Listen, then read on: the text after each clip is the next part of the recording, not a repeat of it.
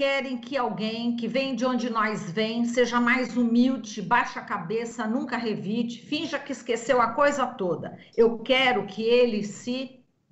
Com esse trecho da letra da música Mandume, do rapper Emicida, eu abro aqui a conversa para refletir o assassinato do negro João Alberto Silveira Freitas, no último dia 19, véspera do Dia Nacional da Consciência Negra. Ele foi morto por seguranças do Carrefour de Porto Alegre. A gente vai conversar agora com o senador pelo PT do Rio Grande do Sul, Paulo Paim, que é presidente também da Comissão de Direitos Humanos no Senado. Olá, Paulo Paim, bom dia, seja bem-vindo. Bom dia, satisfação estar aqui na entrevista para a TVT e a Rádio Brasil Atual, participando com esse jovem líder aí, muito elogiado por todos, mas que estou sabendo da distância, né? Estou aqui no extremo sul do Brasil, que é o Júlio Santos. E você, apresentadora brilhante, Marilu Cabanas, que tem uma história que orgulha a todos nós, como já tem o Júlio, embora bem... vou dizer que podia ser meu neto, pronto. Aí é melhor, né, Júlio? Obrigado. Muito mais jovem. É isso mesmo, você já apresentou, Paim, então, é o Júlio César Silva Santos, diretor do Instituto Luiz Gama, ele que é dirigente do Sindicato dos Bancários de São Paulo, Osasco e região. Muito obrigada também, Paim, por suas palavras, por essa generosidade, apresentando a mim e o Júlio. Tudo bem, Júlio? Bom dia. Vamos começar assim, né, o dia, com essas palavras aí do Paim já, né? Com certeza, nós precisamos de muita alegria, perseverança para resistirmos o cenário atual, né? Então, Marilu, é uma alegria poder ser entrevistado por você, na companhia do querido senador Paulo Paim e de todos os telespectadores que aqui nos prestigiam. Muito bem, eu vou começar com o Paim aqui, viu, Júlio? Ótimo. Paim, a gente lembrou logo de você, enfim, quando houve esse assassinato, né, do João Alberto. Você é negro, você é gaúcho, é ligado à luta aí pelos direitos humanos, sempre lutou contra o racismo e ao saber aí do assassinato, você já emitiu uma nota de repúdio contra esse crime que chocou o país, né? Cobrou que o Congresso assuma também a responsabilidade e paute aí a sugestão legislativa 23/2020, do qual você é relator, que trata da abordagem policial e das forças de segurança. Eu quero então, Paim, que você fale, primeiramente, obviamente, uma análise sobre esse brutal assassinato e também dê detalhes dessa sugestão legislativa, Paim. De fato, em pleno 20 de novembro... que é a data de Zumbi dos Palmares, né? Nosso herói maior, de todos aqueles que lutam pelos direitos humanos, contra todo tipo de preconceito. Se eu fosse escolher um herói no Brasil, eu escolheria Zumbi, viu? Não é por ser negro, porque a história que contaram dele para nós foi uma violência, né? Que ele era um monstro, que era um morto-vivo, que vinha para assustar os nossos sonhos.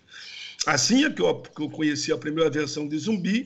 E depois, claro, na sala de aula, devagar, muito devagar, né? Eu fui vendo que aquele que diziam que era um monstro, na verdade era um herói. Assim eu lembro Zumbi, assim eu lembro 20 de novembro, que é, para mim, a referência maior no Brasil, é Zumbi. Claro, depois tivemos outros tantos, né? Eu saía da Câmara, para ter uma ideia, eu era deputado federal, e sentava bem quietinho para ver o discurso do Abdias. Um guerreiro, viu? Um guerreiro, Abdias, um guerreiro. Eu ficava assim perplexo, ouvindo a ousadia, a coragem naqueles tempos, né? Daquele homem negro de barba branca na tribuna, né? Defendendo as causas, que era a razão da vida dele. E aquilo é uma referência que eu jamais esqueci. Pois eu apresentei o prêmio Abdias Nascimento, que hoje está lá no Congresso, que um dia talvez vocês recebam também, não posso dizer, né? Que passa por um conselho, mas independente de mim, vocês receberão. De pessoas que lutam, né, pelas causas humanitárias, que é também a razão das nossas vidas, né? Mas, enfim, nesse cenário todo, acontece mais uma vez esse crime hediondo. Não tem como não lembrar da questão do Floyd lá nos Estados Unidos, né? Ele, jovem negro, como eu disse na época que me entrevistaram, que poderia ser meu filho, o caso dele, que foi assassinado covardemente, né? Foi sufocado com o joelho no pescoço, e aquela repercussão pegou em todo mundo. Enfim, todos nós nos movimentamos, eu ficava feliz de ver o ato subsequente, né? Day after, como a gente fala, quando eu vi no mundo todo jovens negros e brancos, índios nas ruas, protestando contra aquela violência, uma coisa... não tem nem como classificar, né? Um ato tão perverso, tanta maldade, tanta crueldade de alguém sobre outra pessoa. Mas nunca imaginamos que tão rapidamente, claro, com certeza o Júlio vai poder falar sobre isso, matar negro no Brasil acontece todos os dias, não pense que é só esse aqui do Carrefour, ou o exemplo que demos nos Estados Unidos aí. Matar negros e negras, crianças, a CPI dos jovens, que eu fui vice-presidente, a Lídice da Mata foi a presidenta, o Lindenberg, ali do Rio de Janeiro, foi o relator, provou isso. E ali dados de cálculo. De cada 10 jovens assassinados no Brasil, 8 é negro. Né? Então é uma coisa maluca, irresponsável. E aí entra essa questão já de Porto Alegre. Agora, em pleno 20 de novembro, nós tivemos outro assassinato covarde, truculento, um filme de terror quase. Sabe que eu fiz uma live no mesmo dia à tarde e os meus convidados, todos intelectuais do movimento negro, muito capacitados, eu digo, eu vou passar esse vídeo na abertura já. E eles ponderaram para mim que eu não devia passar. E me convenceram. Eu sou daqueles que eu disse para eles, somos descontraídos, eu sou daqueles lá em casa, quem diz a última palavra é sempre eu. Então aqui eu que vou dar a última palavra. Diz, mas qual é quem, então, senador? É sim, senhores. Tem que seguir a orientação deles. Porque eles me explicaram, aquele vídeo naquele momento não ajudaria, estava em todas TV, rádio, estava circulando em todo mundo já. E nós temos que discutir o problema, pai. Eles, é isso que nós queremos discutir com o senhor. Claro, agradecer pelo convite que eu fiz, e eu concordei com eles. O vídeo é tão violento, que muita gente não quer nem ver, mas a maioria viu, né? Eles tinham visto também, naturalmente. Aí, claro, debatemos todas as políticas que entendemos adequadas para combater o racismo e o preconceito no mundo. Esse caso, de fato, movimentou o Brasil todo, né? E eu, no Congresso, eu só vou fazer a introdução para deixar o Júlio também falar na abertura, né, Júlio? Senão o pai fica falando, acho que é senador, vai falar só. Ele não vai não, né, Júlio? Calma aí, pai, agora sou eu. Eu só estou a dizer, Júlio, que eu, de fato, de imediato, eu fiz alguns encaminhamentos. Eu vi ali nos alfarrábios do nosso trabalho no Congresso e buscamos lá 8 propostas, uma delas foi essa que você falou, que foi a Coalizão Negras por Direitos, 172 entidades que me apresentou, e pediram para mim ser o relator, naturalmente eu acatei, bem o relatório favorável, porque pode ser mudado, pode ser melhorado, pode ser, né, ratificado, a lei pode ser mais dura ou mais leve, mas é a sociedade que vai discutir, né? Eu tinha que dar o parecer para que a matéria tramitasse. A Comissão de Direitos Humanos acatou a SUG, que é uma emenda popular, no fundo, que veio da sociedade civil, e a autoria é da Coalizão Negra por Direitos, que o Júlio deve conhecer, né? São 172 entidades, se não me engano, e a matéria passa tramitando. Mas é isso, é abordagem, mas é a abordagem que nós colocamos ali em todas as áreas. Não é só policial, a gente lembra o policial, lembra um policial fardado, né? É a abordagem também dos seguranças, como foi o caso de Porto Alegre, né? A abordagem de toda a segurança pública, né? Daquele lá que é o de uma empresa terceirizada ao policial do mais alto grau. Então, nós entendemos, e eles também entendem, eu acho que a sociedade e o mundo estão entendendo, que a abordagem em alguém que você considere suspeito, não vou aqui fazer pré-julgamento agora, seja quem for, se é culpado ou não, a abordagem tem que ser uma abordagem, no mínimo, de decência e respeito ao ser humano. Claro que tu não vai chegar no marginal que está com uma metralhadora na mão, vai achar lá e botar o peito para ele bater. Ninguém vai fazer isso. A abordagem decente, até naquele princípio básico, que me prova em contrário, ninguém é culpado. Mas claro que o policial tem todo o direito de ter a sua segurança também, né? Ninguém aqui é inocente para não dizer que não tem bandido, que não tem marginal, que não tem assassino, e que o policial tem o papel dele nessa história. Então, se nós conseguimos fazer uma política de reeducação da sociedade, por isso que, além disso, entre as propostas, Júlio e Marilu, que eu coloco, nós todos, e aqui nós 2, 3 aqui, e todos que estão assistindo pode, nós fazer uma campanha nacional, não é para inventar mais uma lei, seja aqui ou lá. Claro que tem uma série que eu coloco aqui, né? Para que a implementação da lei que conta a verdadeira história dos negros do Brasil, que já existe há quase 20 anos, que ela seja implementada na sala de aula. Sabe que eu falei com o pai do João Alberto. Não tenho o nome aqui, mas já vou ter o nome dele aqui, o pai do João Alberto.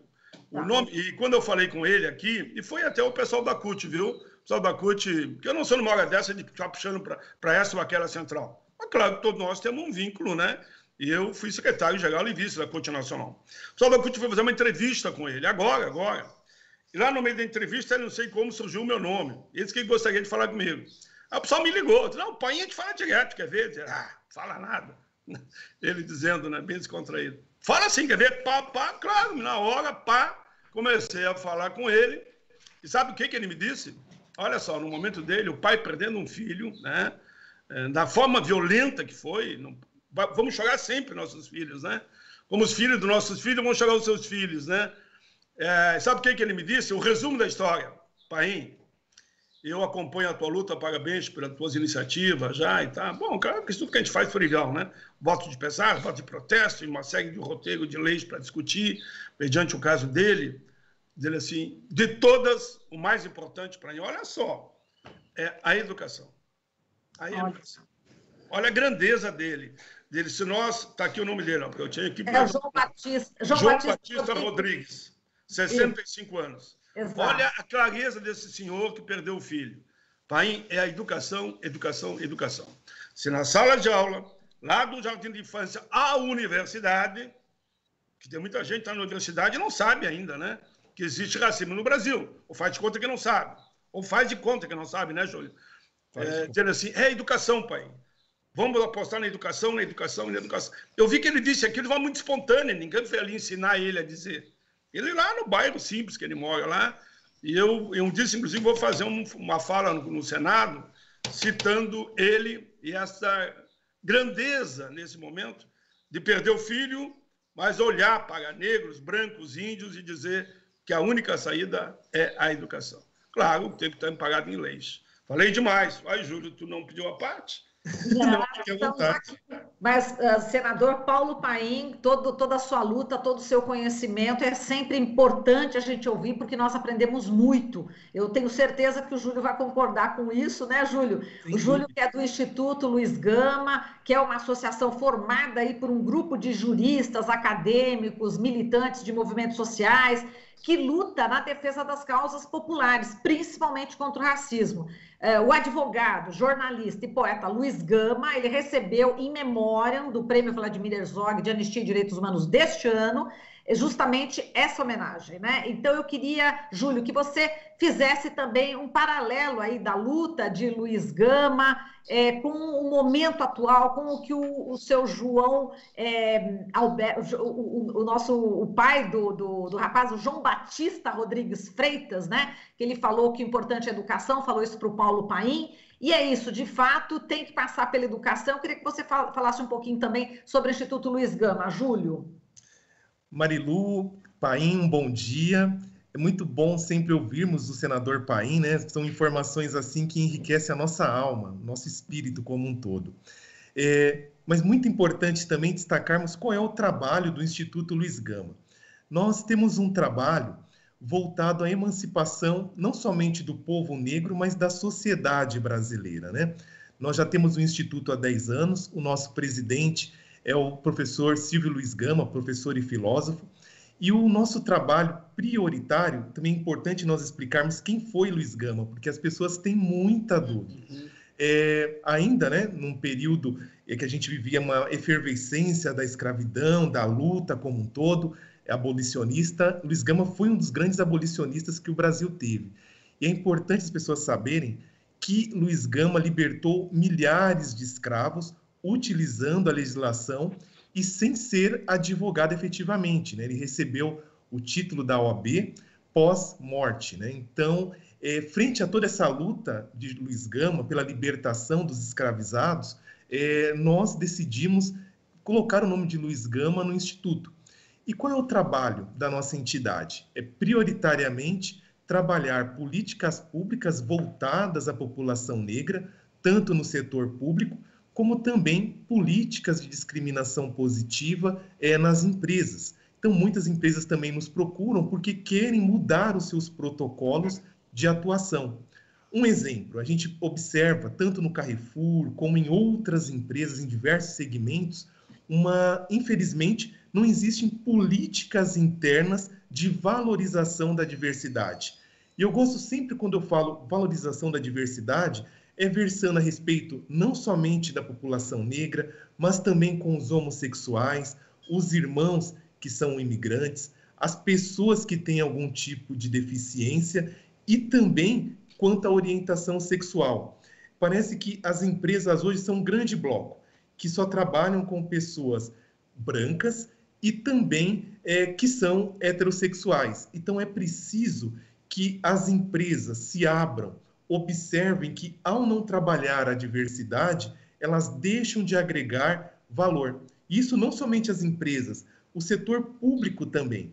No setor público, tivemos um avanço em 2014, também com a grande ajuda do senador Paim, que foi a inclusão das cotas no serviço público, né, que foi depois ratificado pelo STF. Então, o trabalho do Instituto é sempre voltado para a valorização da diversidade, tanto racial como das demais. Um exemplo, nós sempre contribuímos para programas de cotas dentro do setor público, porque muitos setores, as instituições públicas de forma geral, e o foco da minha pesquisa são as instituições, elas não sabem muitas vezes como desenvolver um programa voltado para a população negra, tanto no momento da seleção do concurso público, como também, e o Paim, ele sabe muito bem disso, né, Paim? Depois que o negro ingressa ou numa empresa privada ou num setor público, quais são as políticas de valorização desse profissional? Porque muitas vezes, querida Marilu, o ambiente foi tão privilegiado pela branquitude durante muito tempo que as pessoas não sabem lidar com a população negra. E quando eu falo isso, é a figura, muitas vezes, que a gente chama do racismo recreativo. Então, o que é isso? São brincadeiras, rotulando de forma pejorativa a população negra, discriminando, e é tudo isso que nós lutamos contra. Nessa questão do querido João, que infelizmente veio a óbito por essa prática extremamente autoritária, o que eu tenho a dizer, e frente à luta também do Instituto Luiz Gama e à luta como um todo? Nós temos na nossa sociedade, Marilu, uma cultura extremamente autoritária. A gente observa que o Brasil ele já começa todo o seu processo com muita força, né? Essa cultura autoritária é muito forte. Primeiramente sobre os índios, na sequência sobre a população negra. Então é uma cultura autoritária e também uma ideologia muito forte. E dentro disso, essa cultura autoritária ela permanece muito ativa. Muito bem aqui o Paim destacou a luta de Abdias. Abdias ressignificou vários sentidos da luta do negro brasileiro. E um dos pontos preponderantes que a gente não pode perder é que o sentido do capitão do mato da época da escravidão foi ressignificado na atualidade. De que forma? Muitas vezes através das forças de segurança pública. Não podemos criticar todos, mas muitos incorporam a figura do capitão do mato do passado, em que o corpo negro é visto como corpo do inimigo. E isso também se repercute na segurança privada. Infelizmente, Marilu, eu ia falar Abdias para o nosso querido Paim, mas é um elogio chamar o Paim de Abdias, ele sabe disso. Pede para que eu pegue toda a energia dele e consiga reproduzir no dia a dia das nossas vidas. Exatamente. Então, o que acontece? Os protocolos, hoje em dia, de segurança privada, normalmente eles fazem um curso de 30 horas, e nesse curso é somente para identificar quais são os atos defensivos, qual é o perfil do inimigo. E não tem nenhuma técnica, cursos específicos voltados ao combate ao racismo, a questão da homofobia, a questão do preconceito de gênero. Então, é preciso, cada vez mais, que estas entidades que dão treinamentos observem, né? Porque nós temos no nosso país um crescimento da terceirização. os grandes empregadores querem eliminar todas as responsabilidades com seus empregados. O que isso leva? Leva que você vai cada vez mais afrouxando as relações de trabalho e você também passa a não ter controle. Então, a gente observa, o Paim, que foi um grande lutador contra a terceirização, a importância de cada vez mais as empresas terem um domínio maior da sua gestão, né? Porque esse modelo de gestão que nós temos hoje, cada mês afastado da grande matriz, traz também problemas como esse. E a sociedade brasileira precisa cada vez mais aprender a conviver com a diversidade, porque isso agrega valor. Exato. Agora, só para a gente terminar, eu vou querer que o Paim comente, obviamente, tudo que o Júlio falou e colocar aqui a informação, né, da própria empresa Carrefour, dizendo, né, em cadeia, em rede nacional, enfim, pegando aí horários nobres da televisão brasileira, divulgando que todo o resultado das vendas desta quinta, desta sexta, vai se somar o resultado também das vendas do último dia 20 no Fundo de Combate ao Racismo e Promoção da Diversidade, né, criado aí pelo Carrefour. Enfim, já tem aí, parece que 25 milhões de reais. Mas, enfim, diante dessa atitude, Paim, que o Carrefour está tomando, mais todas essas orientações que o Júlio está passando agora, como é que você vê a postura, né, da empresa hoje? E outra, temos também informação de que seria possível o Carrefour não contestar a ação, portanto, da família do João Alberto, também dizendo que, ok, a gente reconhece, é racismo, não vamos contestar. Essa, inclusive, é uma proposta do coronel Adilson Paes, que ele é um mestre, doutor na área de direitos humanos. Queria que você falasse nesse finalzinho aqui do nosso tempo, Paim, esses comentários aí, repercutir com você. Se me permitir, Júlio e Marilu, porque, infelizmente, eu tenho uma outra entrevista ao vivo e ela é às 10. Eu pedi para ele 5 minutinhos para poder concluir aqui. Primeiro, cumprimentar o Júlio, que foi brilhante. Eu assino embaixo tudo que você falou, Júlio, viu? E para mim é muito bom ver que a nossa juventude está com essa garra, com essa clareza. O Júlio me faz uma fala sem ódio. Estou te elogiando, viu, Júlio? É isso que eu gosto de ver. Com grandeza, com competência, está preparado para qualquer debate que quiser convidar ele, até aconselho quem está nos assistindo, né? É isso que nós temos que fazer. Porque eles querem vender a impressão para lá fora que nós é que pregamos o ódio. O que é isso? Nós queremos amor, a liberdade, a igualdade, o direito de caminhar junto, de viver junto, que ninguém seja discriminado por motivo nenhum. Nesse sentido, Júlio, rapidamente, eu já consegui aprovar o primeiro projeto ontem no Senado, fruto dessa luta histórica. Olha, esse projeto era de 2015. Se eu tivesse que agradecer alguém, eu ia agradecer aqui ao João Alberto. Tive que o João Alberto, mais uma vez, ser assassinado, porque o projeto, aqui já está num cardzinho que eu coloquei contra o racismo, dá para ver aqui, né? Dá para ver. Eu botei hoje aqui só o seguinte: o Senado aprovou o PL 787 de 2015, que aumenta a pena para quem cometer crime por motivo de racismo e discriminação. Qualquer tipo de racismo, se estiver no meio, racismo e discriminação, a pena pode ser alterada pelo juiz, até dobrada, se assim ele entender, acima do que está, inclusive, no Código Civil. A relatoria, eu faço justiça, foi do senador Rodrigo Pacheco, questão de justiça, né? Naturalmente, ele não é negro, né? Porque negro lá para encontrar outro é difícil, viu? Mas se não tivesse lá, Júlio, com certeza. O projeto segue para a Câmara e eu fiz hoje já, e fiz questão de botar no Twitter, que estou ligando para o Rodrigo Maia, fazendo um apelo para ele, porque ele vote o projeto. É um projeto simples, né, Júlio? Você que conhece bem o campo jurídico, ele só diz o seguinte: vai ser esse agravante. Qualquer crime cometido, se for por motivo de racismo e também de orientação sexual, o senador Contarato queria botar outros temas também, mas fizemos um acerto no final, porque se ficar muito amplo, sabe como é que é, né, Júlio? Se ficar muito amplo, vai virar um princípio da Constituição. Já tem lá, então não precisaria. Mas ajustamos ali e botamos racismo, preconceito e a orientação sexual de cada um, enfim. Ficou boa a redação. Não ao racismo, e claro que eu estou aproveitando para que haja um movimento de mobilização para que a Câmara aprove rapidamente também essa lei. Quanto às outras iniciativas que eu estou vendo, por tudo quanto é lado, eu acho que elas são positivas, porque entre os projetos que eu apresentei, é a PEC 38, que já vem lá, porque era para estar no Estatuto, viu? É aquela que cria o fundo para combater o racismo e o preconceito. Todos nós sabemos que ninguém faz nada nesse país também se não tiver dinheiro. Então é fundamental esse fundo também, que todo aquele que cometeu algum tipo de... Tomara que ninguém cometa, né? De ato de racismo e preconceito, que ele seja obrigado também a pagar também economicamente. Claro que isso não tem preço, mas vai tudo nessa linha. Estão me chamando ali urgentemente, mas eu vou dizer só o seguinte, parabéns a vocês, e dizer que eu vi esses dias, Júlio, uma jovem também negra, nessa mesma linha que a tua, ela é de direitos, RH, né? Aquele que faz ali, recebe as pessoas no RH.